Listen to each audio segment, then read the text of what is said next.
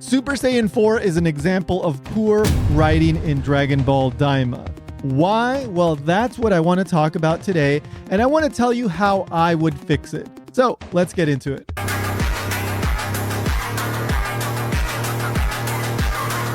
First of all, I want to say that overall, I've enjoyed Dragon Ball DAIMA. It's been a really fun show. Of course, the animation in the fight scenes has been amazing. There's a lot of good stuff in Dragon Ball DAIMA.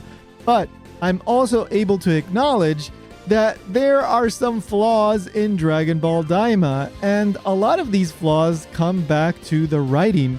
It really seems like they needed a little bit more time to flesh out some of the characters and set up the stuff that is going to pay off, or should pay off, at the end of the story. One of the problems that I've come across is the way that Super Saiyan 4 was introduced. I'm totally okay with the design. I'm totally okay with Super Saiyan 4 being introduced into Dragon Ball DAIMA.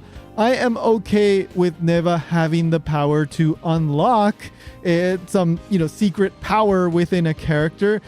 Even though it's not the best plot thing, like I don't like that kind of thing, but at the very least it was established in the mainline continuity of Dragon Ball Z and all that by Toriyama himself that these elder Namekians have that power. And Neba is this ridiculously overpowered godlike being, so for him to unlock a power within Goku is not that weird.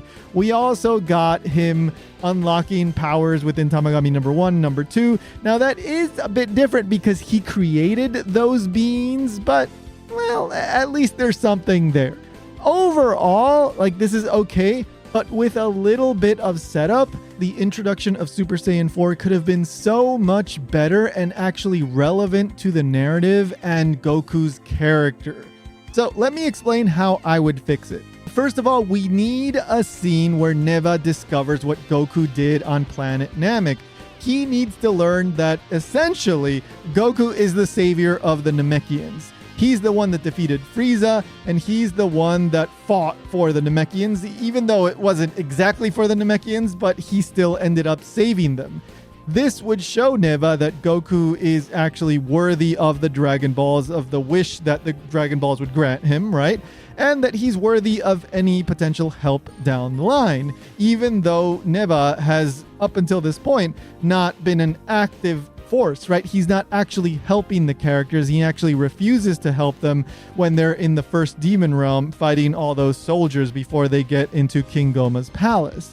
But with this setup, for example, when they're in the second demon realm, maybe we can cut a bit of that episode with the giants in Megasu and all that. Maybe we can cut that down a little bit and give Neva a moment for him to learn about this. And we don't need a big thing where Neva goes into a whole speech and says, "Oh my god, I can't believe that Goku did this." No, all we need is a reaction shot from Neva going, a little bit of a sound, a little bit of a maybe he nods his head. That's all you really need to show that Neva understands, that Neva acknowledges, that Neva is taking in this information about Goku. In the grand scheme of things, this seems like a very small thing, but it actually builds a connection between Neva and Goku. It establishes that he understands who Goku is and what he's done.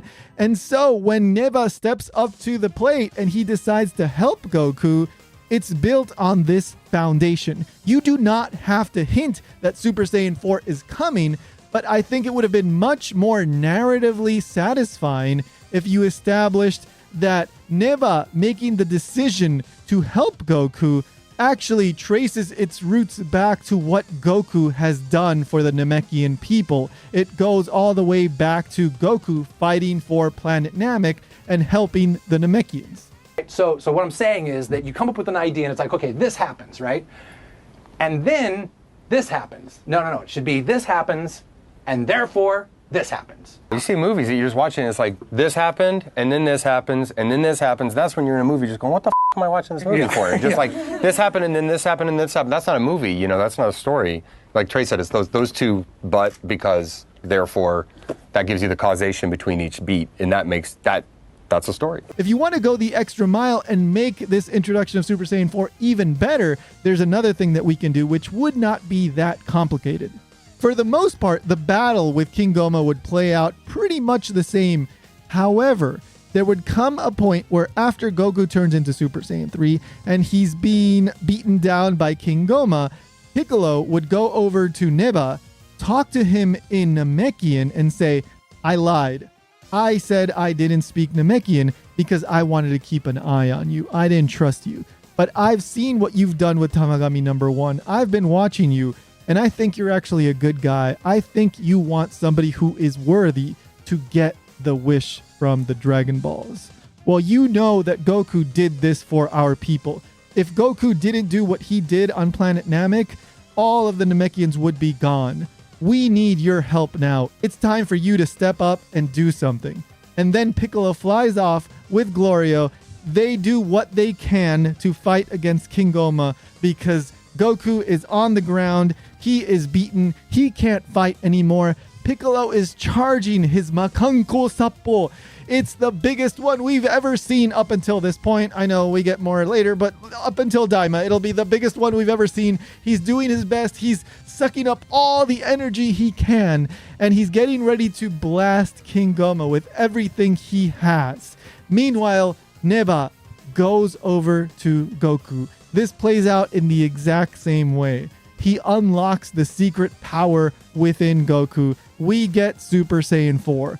Meanwhile, Piccolo blasts King Gomah, and Piccolo actually manages to injure King Gomah, or maybe he barely misses him, and King Gomah is relieved that he managed to survive that, and then he uses his telekinesis magic to recreate the scene where Frieza kills Krillin.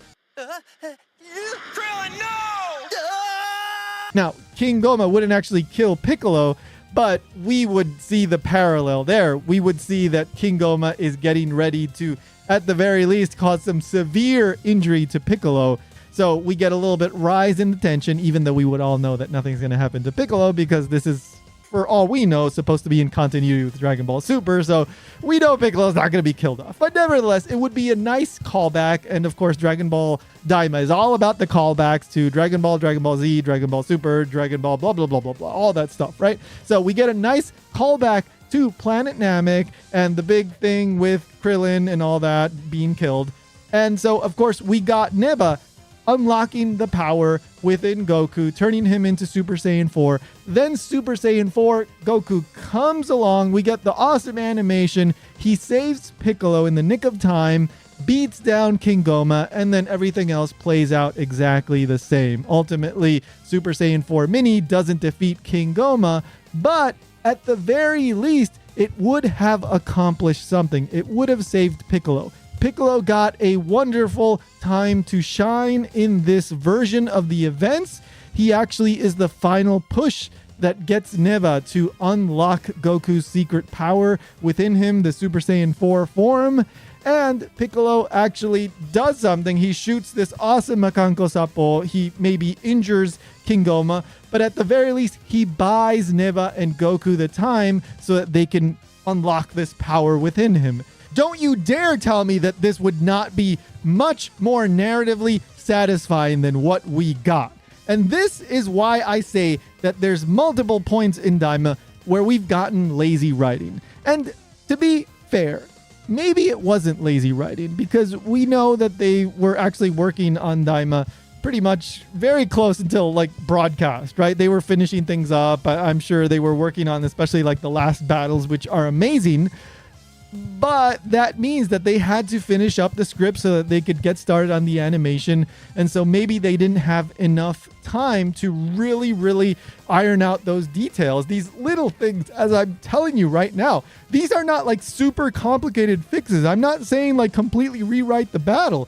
Most of everything that has happened in Daima would remain the same. It's just that we would maybe shave down a little bit of this like fake Ginyu Squad crap, for example, or like the big Planet of the Giant stuff. It wouldn't take that much airtime to make the reveal of Super Saiyan 4 significantly better, and you could still have it be a surprise. You don't have to actually tease Super Saiyan 4. You just have setup and payoff. Right here, all we get is an ass pull of a transformation. And yes, I'm aware that maybe at some point down the line in Super, when we get these connections back to the Demon Realm, they may bring back Super Saiyan 4. For now, it is a one-time thing as far as we can tell. It's not going to be in any like clash of continuity with what happens in Dragon Ball Super, because this is tied back to magic and Goku can't use magic. So this doesn't bother me at all.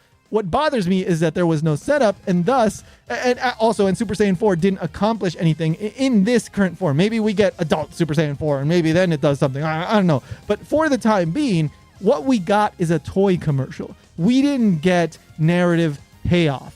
So that's why I say that this is poor writing or lazy writing. But with just a little bit of work, it would have been much, much better. So what do you think? Do you like my version? Do you like how I would have introduced Super Saiyan 4 in Dragon Ball DAIMA?